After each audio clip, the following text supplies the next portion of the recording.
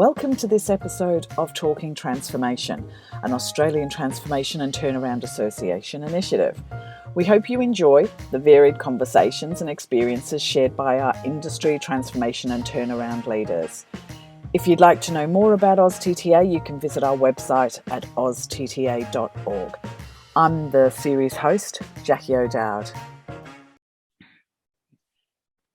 Today, I'm talking with Dr. Constance Dierickx, who specialises in working with organisations that are working through high-stakes situations such as transformation, turnaround, mergers, acquisitions, some CEO succession, and any sort of strategic change or a crisis situation.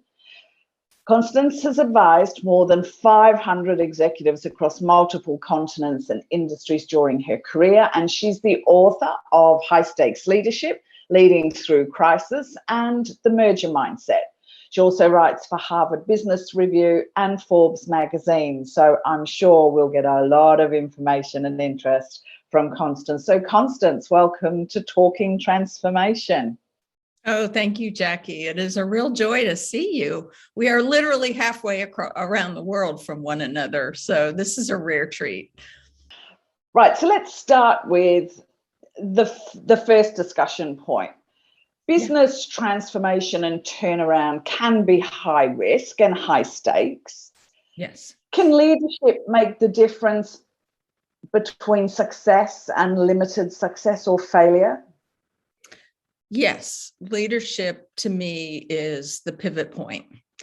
Everything pivots on leadership. If you think about it, you wouldn't do a transformation in the first place without leaders having made a set of decisions, not just one decision, but a whole set of decisions. You wouldn't have the resources to do a transformation of any kind if leaders hadn't made the decision. And if it's a large enough investment in a transformation, you may have board approval involved, depending upon how much money it is. So a big technology transformation, for example, that in my experience could cost, they usually start out saying about 1.2 billion, but then they end up being more like 2 billion. Those sorts of things usually require, if not consent, at least an informed board to do that. And now your listeners may be thinking, oh, I don't know if that's right, Constance. I think leaders decide to do it, or at least they wave a flag, half-heartedly sometimes. But then when you get to the resource part, you're just not right about that. Because if we had the resources, these things would work, that would be better, right? And there's some truth in that, for sure. However, the farther away you get from the decision, the more likely it becomes that leaders will become distant. And there's a wonderful quote from Richard Thaler, who's a Nobel Prize-winning behavioral economist. And he says that, when I'm paraphrasing, so this is not completely accurate. When something fails, leaders tend to use hindsight bias to evaluate what happened, often forgetting that they were so enthusiastic about the decision in the first place. And that's true. And it's not just leaders who do that, by the way, that's a human condition. I think the third point on leadership is that leaders almost universally underestimate the effect of the human interaction and component in transformation. That, when people are extremely unsettled by a big change or transformation, they think that having workshops on change management, notice I did the air quote, I realized that was unconscious. Change management, and they show the Kubler-Ross, stages of grief, which, by the way, is inaccurate. Everyone needs to throw that slide away. Deloitte, I don't care, throw that slide away. Kubler-Ross herself said, that's not really how it happens. And as a former clinician, I could tell you that's not how it happens. And so, we think that telling people things and then showing them how to do things differently is enough, but it's not. Behavior change happens in 3 dimensions: the head, the gut or the heart, and your hands, your skill. So what you think, what you know how to do is insufficient. If you're not, people use that phrase, at least in the States, we say bought in, they're not bought in. Well, okay, then you don't just shrug and say, well, they're not bought in, let's forge ahead. No, you have to say, all right, let's figure out how to help people see their role in this and how they can bring their talents and how they personally can achieve something meaningful as well as contributing. And if you don't have that step, lots of things fail. And why don't we have that step? Leadership. Leaders wimp out. So, I always think that communication is critical. And again, that's another very broad term that people use. Not untrue. But at the end of the it's not. And I think it's really important for any manager or leader that's going through a crisis or a change is to talk about it, but talk well, communicate well, whatever that means for them. Yes, you and I agree on that. We would advise leaders to do a good job of that. Yes. Got to do a job on communication, because it's not only beneficial for others to understand where they're coming from, but it's beneficial for themselves, because as they talk about it, they actually get to think about it and think about the impact of what's happening, because it's like a reinforcement, isn't it? Yes, absolutely right. And what happens, again, this is a leadership issue. What happens is, and I've seen this time and again, I'll be working with a leader who, I'll talk about one particular example where I was working with a leader. Let's see, we'll call him Brad. And Brad was in charge of making a $650 million acquisition work. He was put in this job to oversee this. And his instructions were, don't mess it up. Only the word mess was replaced with another more colorful word. And I was in the meeting with him, and basically his boss said, she's going to help you.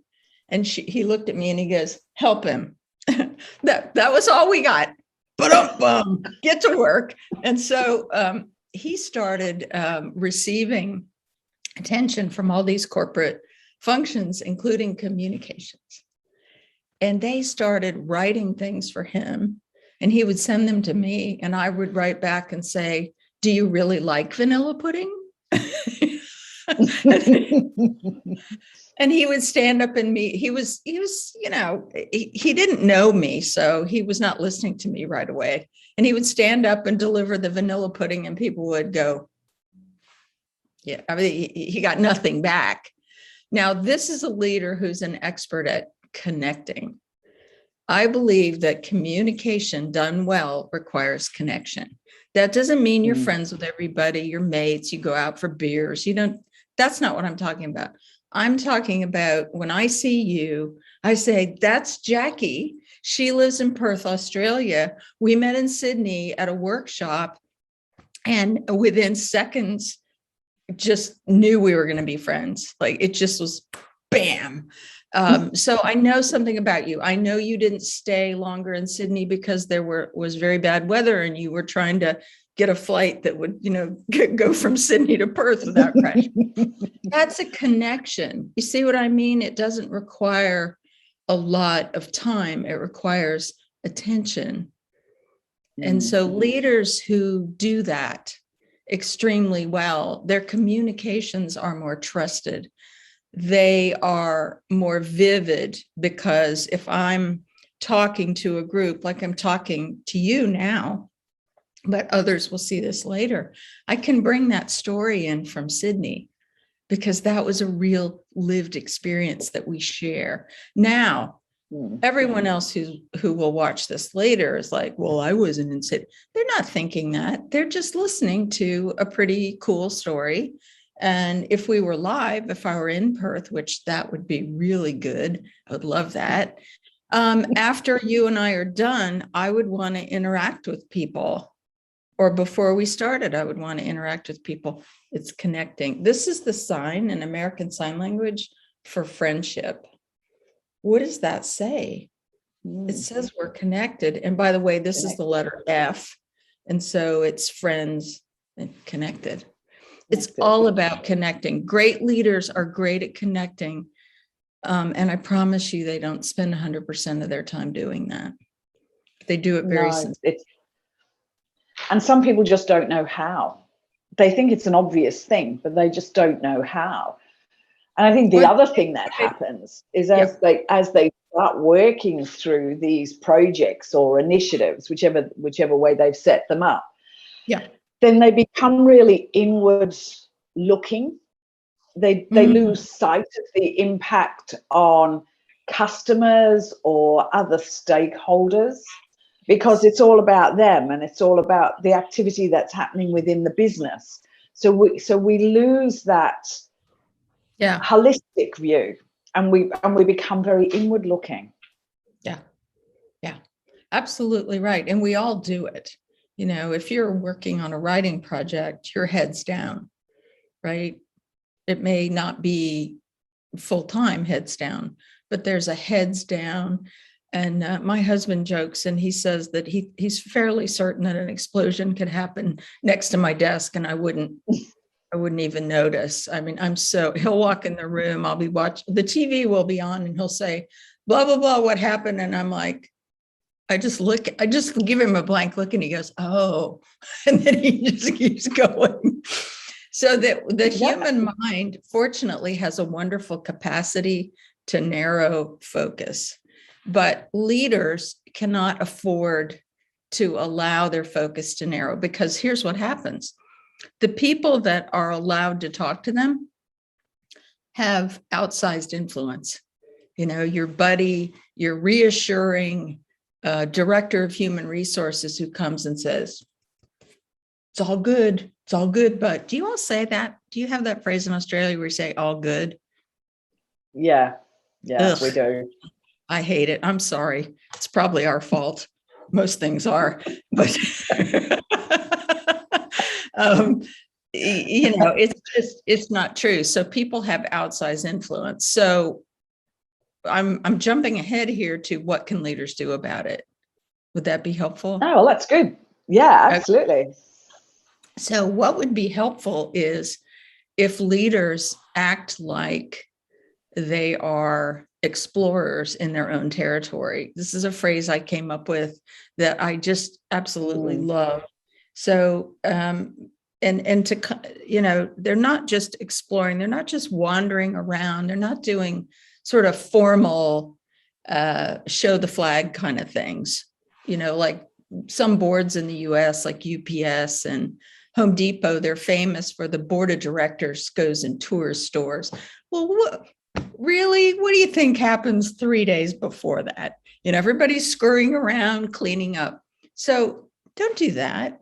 You know, go in the front door. If you're all, this is metaphorical. If you're used to going in the back door and parking in your special place, which you're entitled to, go through the front door. Be a little more egalitarian and pretend you don't know anything. Just try to put yourself back in, it's my first day, you know, and you trust your own eyes and ears. If what you're trusting is feedback from a few people and a lot of spreadsheets and KPI updates, you don't have the full story. And leaders sometimes don't want the full story. They think that's all that's important. You know, I wish them well. I don't work with them. No. Many years ago, I used to work for a large manufacturing organization called Joyce Corporation. And it had the most fantastic culture. It's probably the best organizational culture I've ever worked with. The teams were just fantastic. The leadership team was fantastic. But they had one discipline that every manager was encouraged to follow every day. And that's management by walking around. Yes. So, you know, you would walk around and, you know, the manufacturing managers would walk around and have a look at how much waste was in the bins every day. And they'd say, why are we generating so much waste? they'd have a look at anything that was stored outside of yellow safety lines and say, oi, we need to do something a little bit different here. This is unsafe. And they would get to know people who worked in the business. They'd say good morning to them. The productivity was enormous. The interconnection was enormous. And even today, the people that I worked with, 30 years, up to 30 years ago, we still see each other every couple of months and have dinner together.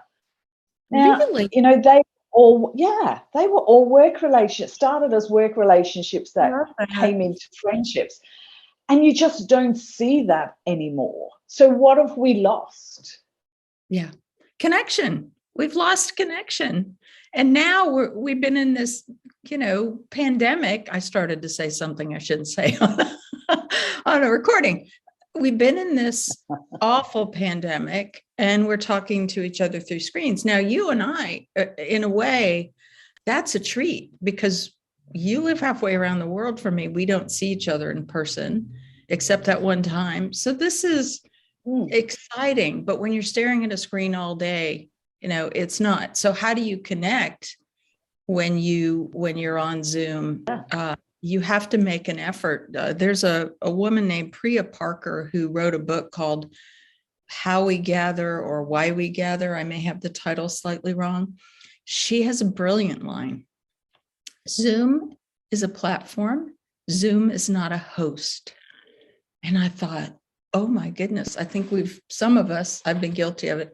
It's like, well, we're on Zoom.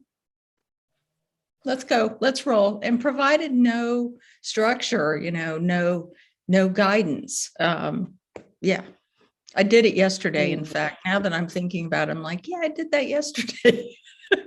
On a meeting I was running. Oops. Yeah, so it's very human. What was the name of that company? I want to look that up. Joyce? It was Joyce, Joyce Corporation. Like the woman's name. Yeah. And it just had the most amazing culture. Yeah, it was probably one of the best, as I said, the best organizational cultures I've ever experienced. I worked in it. It was a tough environment, being manufacturing. And, Australia's lost a lot of its manufacturing capability, but it was a manufacturer, and it was a very good manufacturer in its day. Unfortunately, it doesn't exist anymore. But, whatever it had secret sauce. Yeah. It had secret sauce. And it was also results driven, right? So the environment was tough and the expectation was high, but it still made it a great place to work. What I'm struck by in this, I'm sorry that they're not in business anymore, because, now I'm going, well, certainly market conditions can take a company out. That's absolutely true, lest we get too much hubris about our influence. But what I'm struck by is that it's a great example of a wonderful workplace culture, that sometimes people think a good workplace culture is nice. I go in organizations all the time and they go, well, we're Minnesota nice. We're Midwest nice. No, you're not nice. You're catty. You're catty. You're not, you're nice to each other at the picnic, and you smile at each other in the hallway, but you're not, your relationship is so weak that you can't tell each other the truth. What you described is an organization that paired, and that really is a good culture. It paired connection with one another, and the connection was in part based on the work itself, not what you wore that day was cute, and that's where the power is. People make the mistake of thinking that a polite culture is soft, and it can be. But it doesn't have to be. No, I always put it down to planned interaction, because the induction into the organization was great. The support structure was great. As I said, it was a tough business, but at the end, it didn't fail because of anything it did. You know, it lasted for over 100 years. It was 100 years old when it finished. And it failed because Australia couldn't compete with Asian pricing for what it manufactured. Oh, yeah. Yeah. Well, You know, yeah. Which is that's kind of a global problem. Yeah. Yeah. It is. But there's one of the things that I think about, and especially in the transformation and turnaround space, everybody thinks, well, we're chasing transformation and we're going into bright, shiny object space, or turnaround, we're in a crisis, we've got no money, our market's shrinking, our customers are moving off, whatever that is. You know, if we don't plan what the interaction is between systems, process, people, relationships, I'm going to call them in and out groups, those that are in the camp and those that are out of the camp, right, then we've lost just a huge opportunity to make things better and to make them more successful. Yeah, absolutely. And it starts at the beginning. It starts way back at the beginning. So people ask me, they say, well, in M&A, what do you do? And I say, I advise leaders. Well, that's a very unsatisfying answer. Like they want to know, do you do IT? Do you do no? Do you do finance? No. Do you do HR? No. It's like very frustrating conversation for people. I say, I advise leaders on the big questions. Number one, you want to do this transformation. I'm going to ask you why you're doing it. You know, Peter Drucker said that so much of the work we do in business shouldn't be done at all. We're focused on doing things well that should never be done. So we have to ask, you know, what are we doing, and frame it in with market conditions and all the things that businesses do. But sometimes bright, shiny objects happen. I'll tell you a story. I can't tell you who it is, and the reason will become very obvious.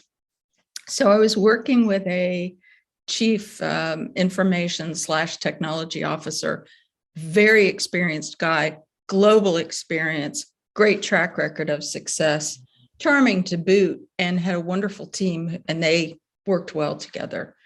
But guess who he reported to? Who's the worst person for a CIO to report to? The CFO. Sorry to all you CFOs out there, because the CFO was trying to become CEO and he was trying to constrain costs. Anyway, so they went back and forth about transformation and, you know, blah, blah, blah. So one day the CEO and the CIO were talking, and the CEO said, well, we've decided that we're going to do a transformation. We're going to use SAP. And the CIO said, well, how did you come to that decision?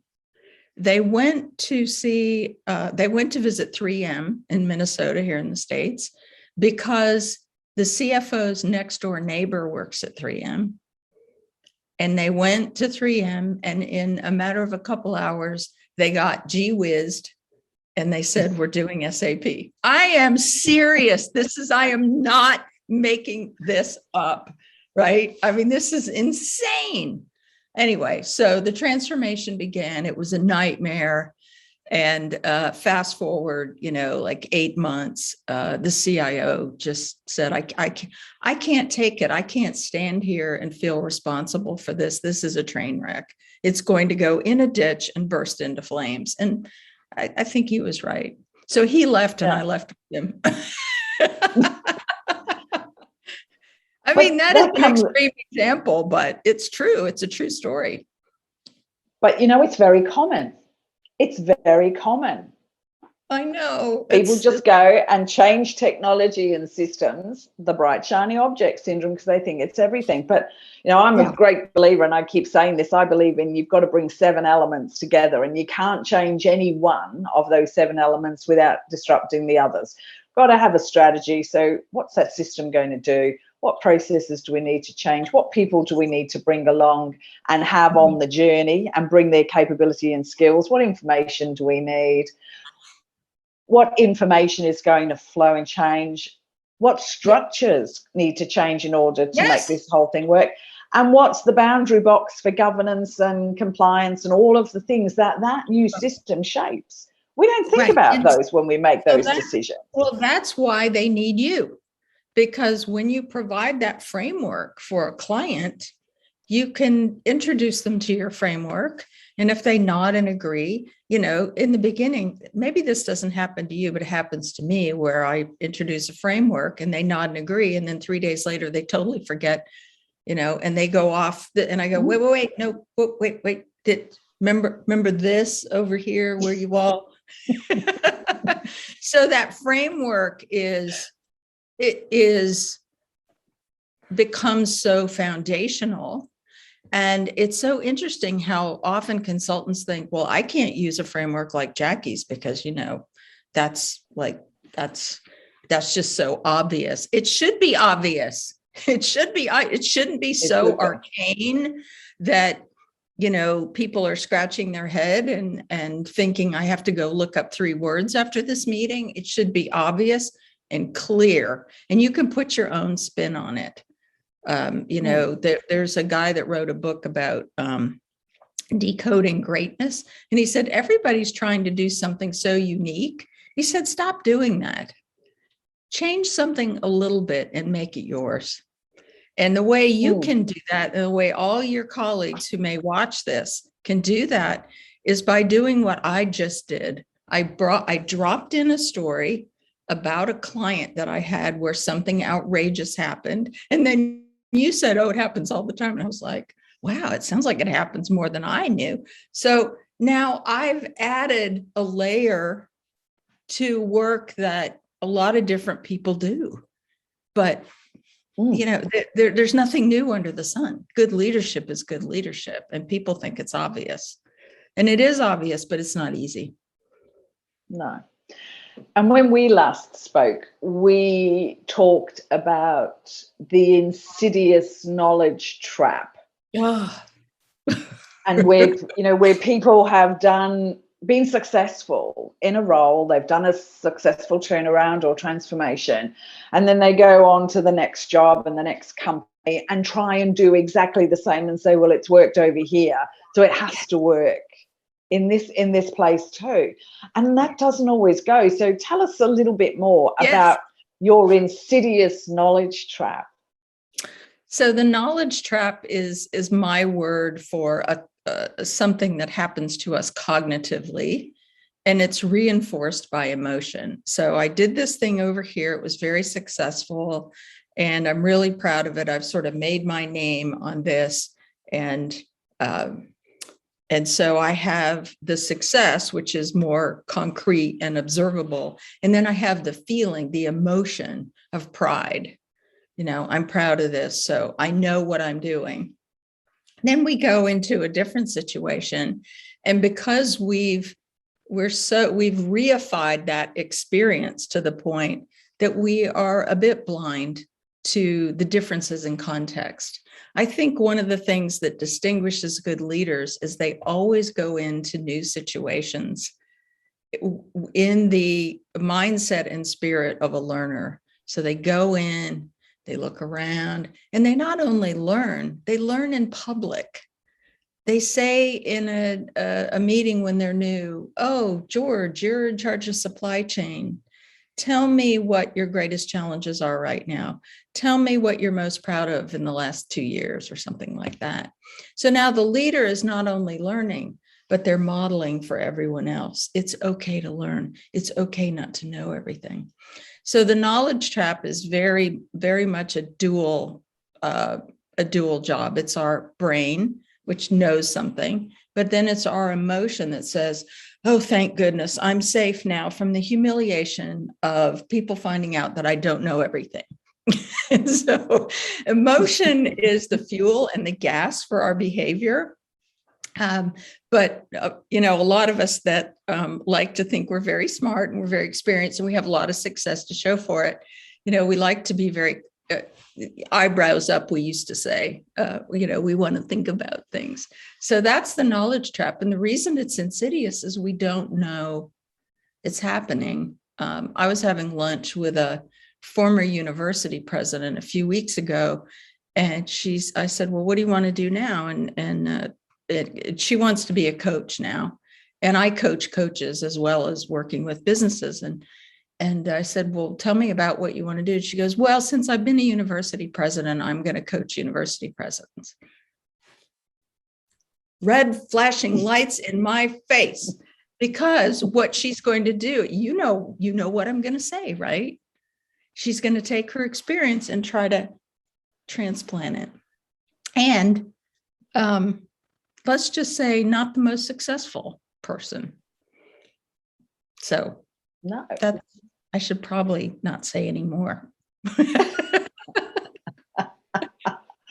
Now, on the weekend, I was reading one of your books because I like your high stakes book. I think there's a lot of great information in that. Oh, thank you. And that, you say that crisis isn't a bad thing. I think those that are going through it and experience it might have a slightly different view. Oh, sure. But you think it can be energizing. Yeah.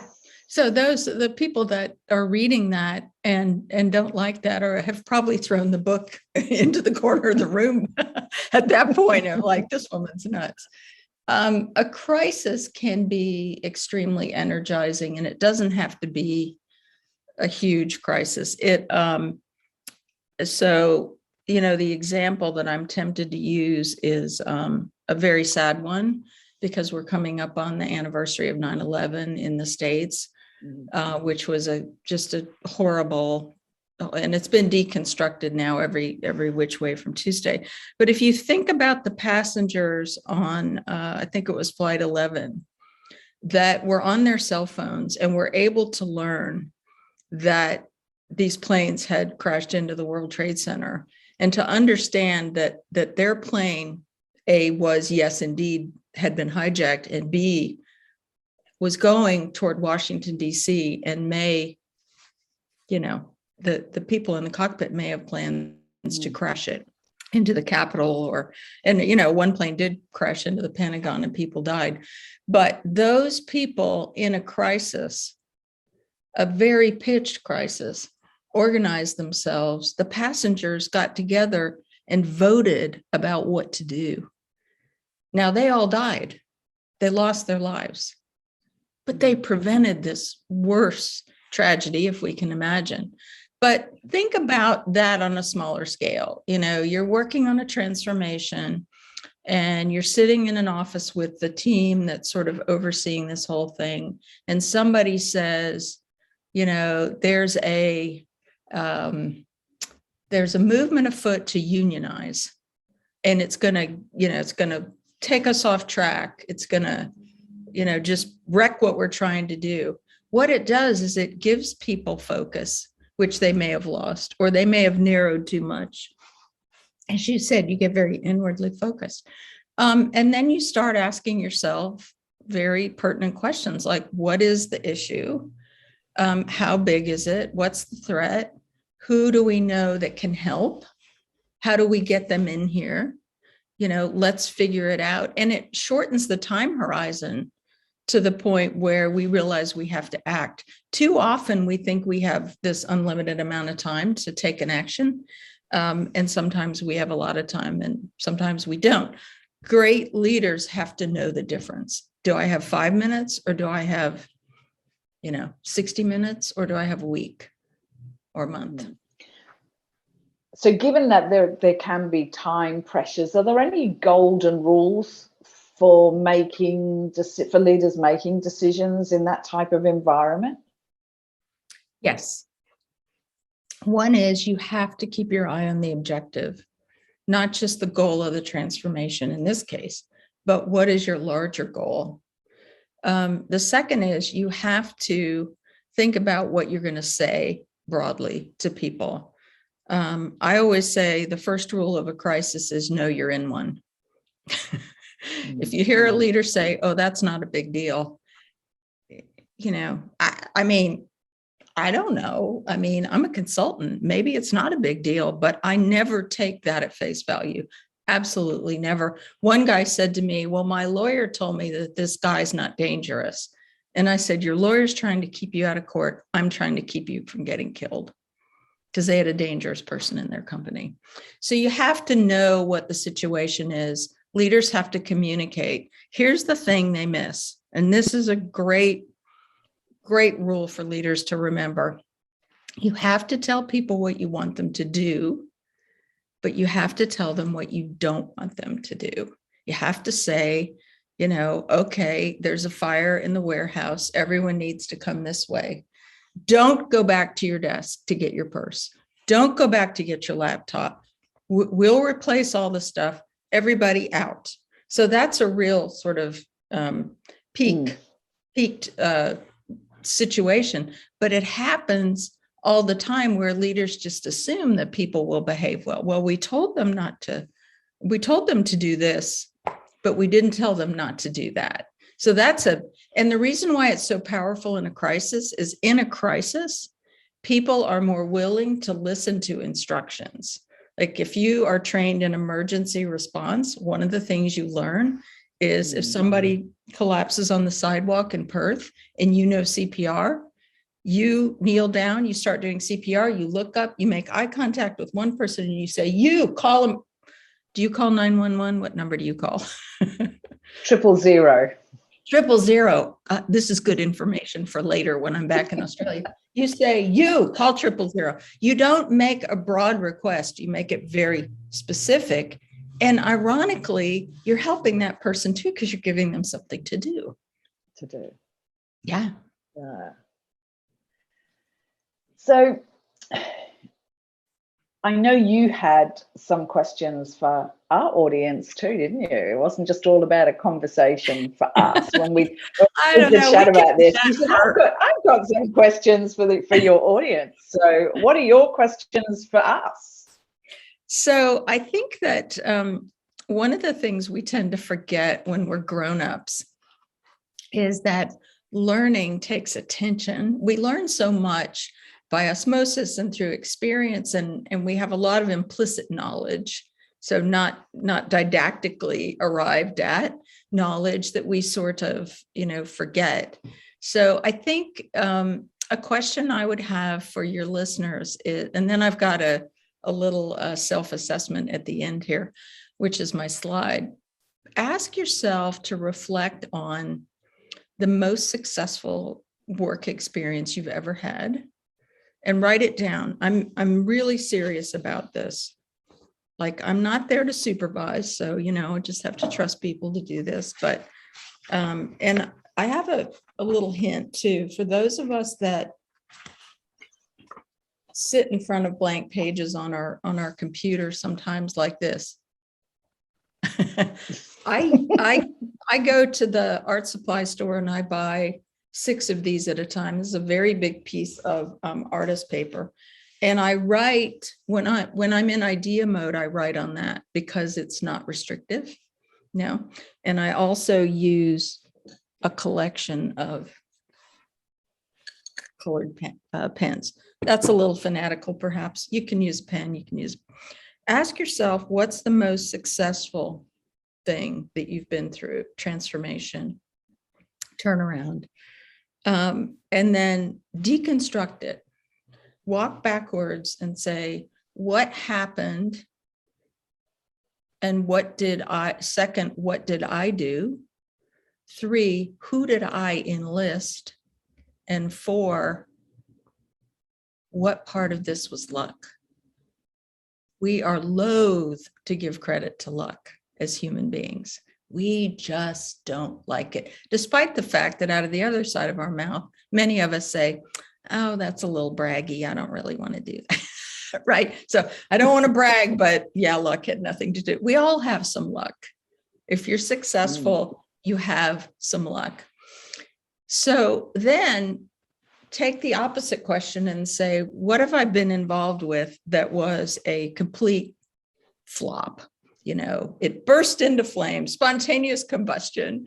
What was that? And the same sort of questions, who was around me? What happened? What did I do?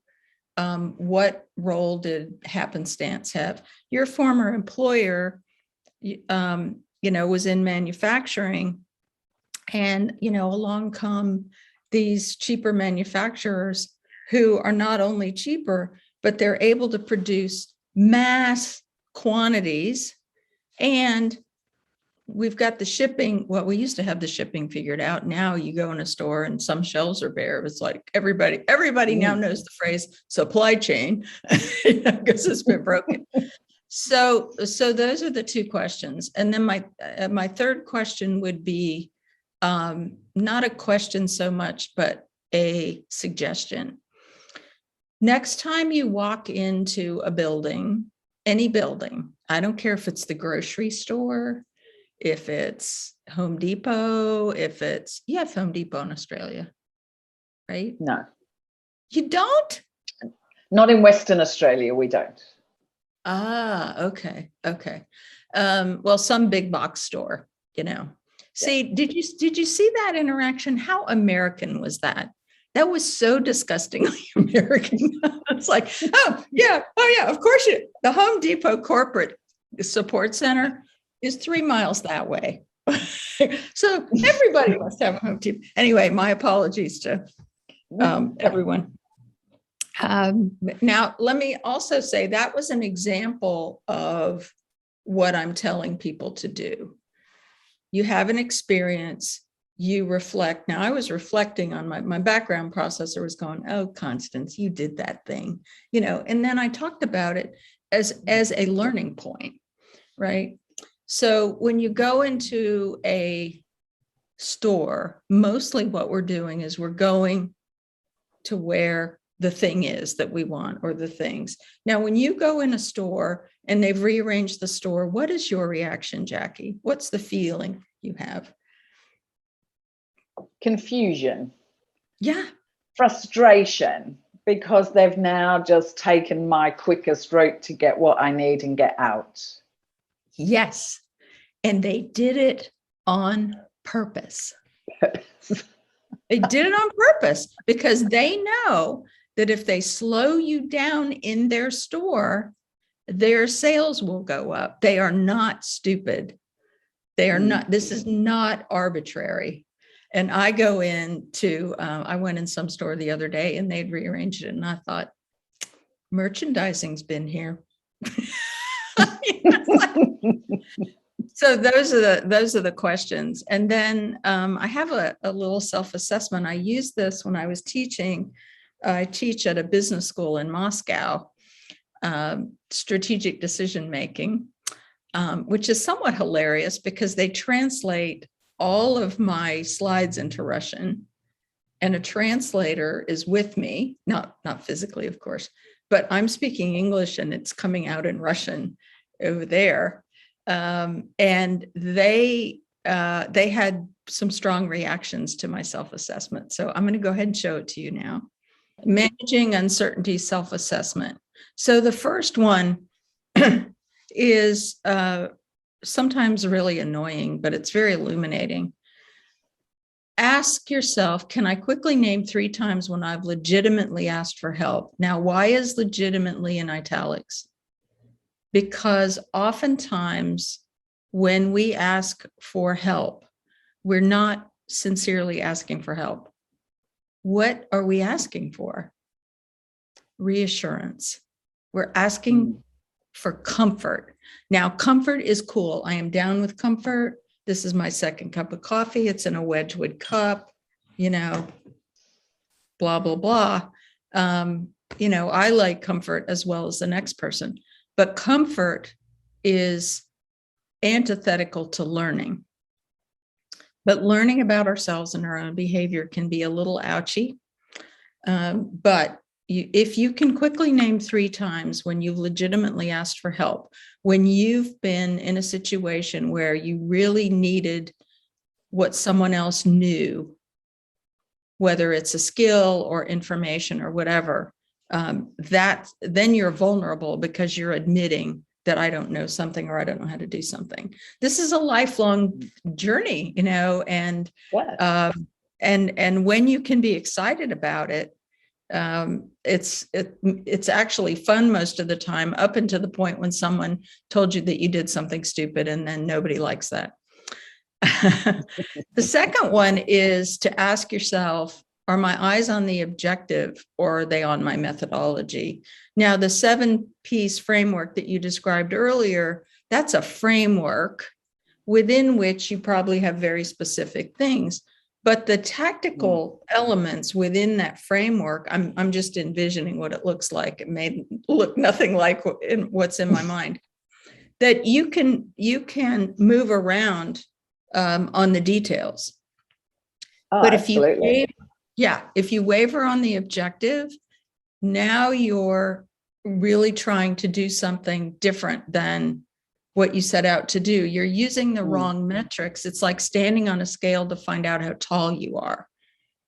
Now, height and weight are correlated, kind of. So, it's not completely crazy, but you have to, if your objective is not clear, all the measures that you use will be selected based on comfort. And it happens all the time. One client of mine had their management development program was, people had to do this workbook, and they had a series of steps. And I showed up and said to the head of HR, I said, tell me about how leaders change. How do these people change? And he goes, well, yeah, a lot of them don't. And I said, that's because you're measuring whether or not they completed something.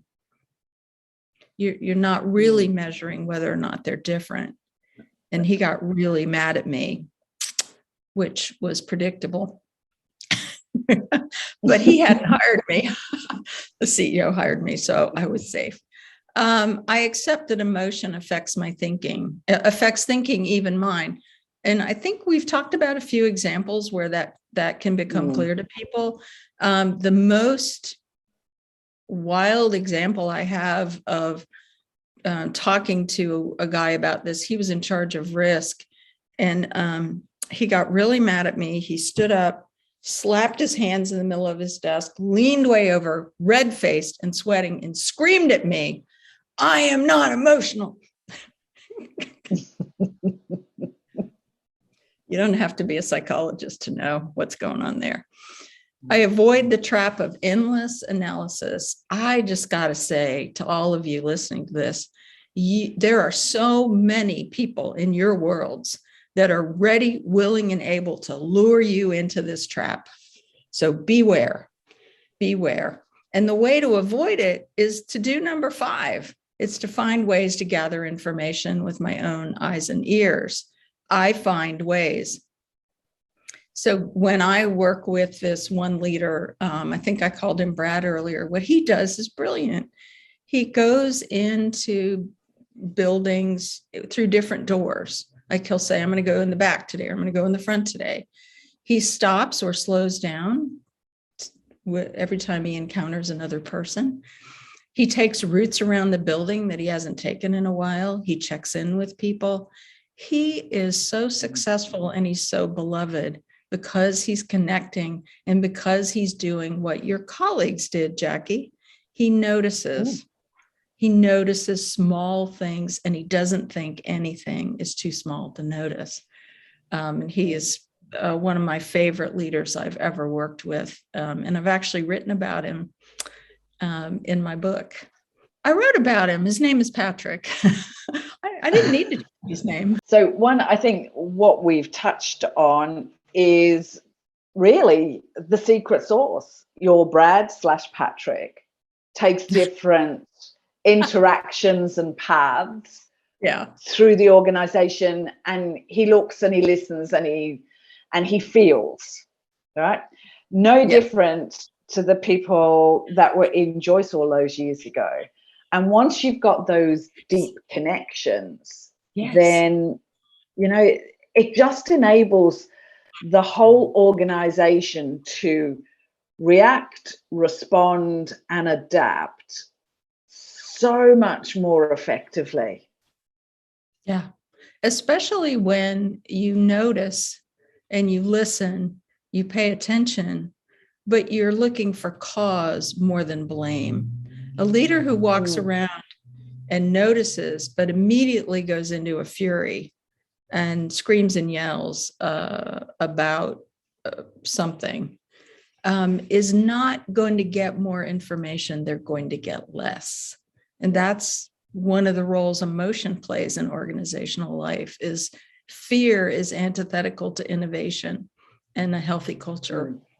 But, I think every leader probably can admit that occasionally they get angry and they sort of lose it a little bit. And they can model apologizing. Oh, well, Constance, that has been absolutely an amazing conversation. There's so much to take away for people. So thank you so much for getting up really early to talk to me. So look, I really do appreciate your time. It's been great fun. I'm sure there's huge learning here for everyone. I hope so. I know there was for me. When you talk about what you realize that maybe you've got some different ways of expressing what that might be better than what you said yesterday. So yeah, I'm always learning too. Thank you, Jackie. It's been a blast. So thank you very much. Been fantastic. Yes. Hey to everyone in Australia.